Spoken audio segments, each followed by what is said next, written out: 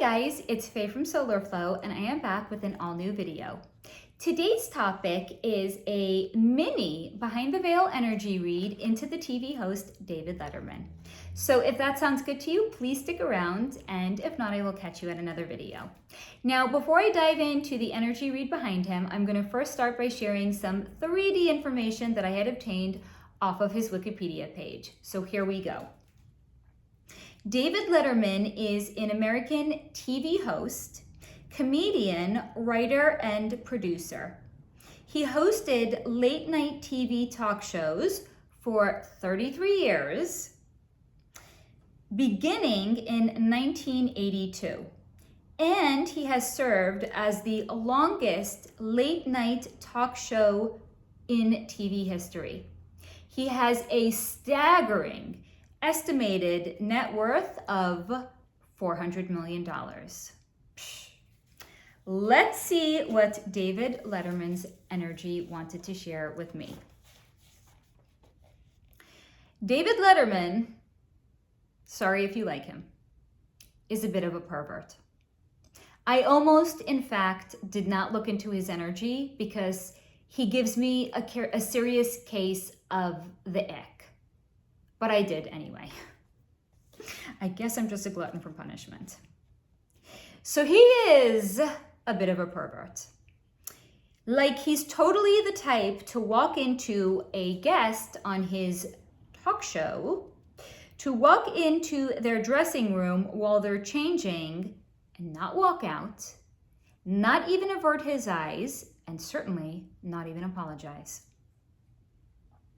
Yes, he knows it's uncouth. It's not like he's missing the part of his mind that understands societal norms and decency. He knows what he's doing is wrong. He just doesn't care. So yeah, he knows it's uncouth. Yes, he knows it's wrong, but he does it. And he knows he is totally taking advantage of his prominent position as a TV talk show host. But he simply does not care because pervert. From his point of view, you are a guest on my show. It's his show. It's not a show that he hosts. It's his show. Ego and attachment. So he looks at them like you are a guest on my show. This is good for your career, so therefore I can stand here while you are almost naked or in some varying degree of undress and pretend not to notice, but of course he does.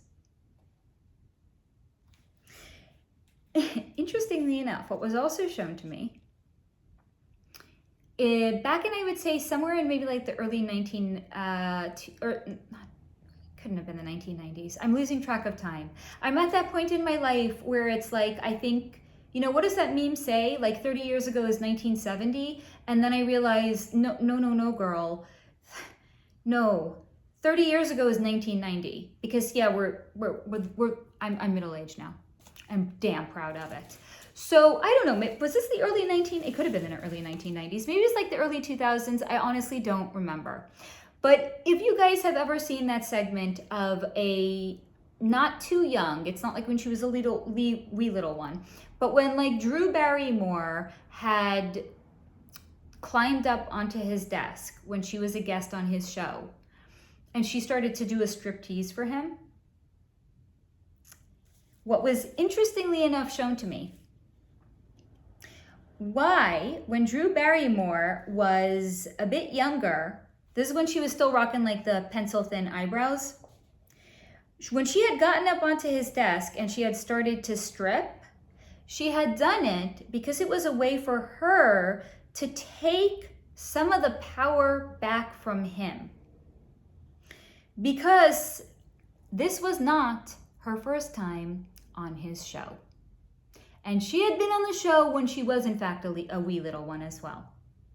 So this was her efforts as a older person, right? Not like a little girl, but like an older, not quite, I wouldn't necessarily say she was like a woman, but like as an older girl, because again, middle-aged, everybody who's younger than us is like, you're a baby. But this was her effort to have him see her body on her terms and not his terms. This is also why, in case you were curious, why strippers strip. Because they too, when they were younger, in their formative years perhaps, were put into a position where their body was seen in various stages of undress when they were young, and it was perhaps without their consent, or it was certainly when they were in a disempowered state energetically because of their young age, that they couldn't enforce boundaries in saying, no, daddy, don't stand there while I'm taking a shower. So when they become older and they make the decision to become a stripper, it's because they want men to see their body on their terms and when they are feeling empowered and no longer from a disempowered point of view.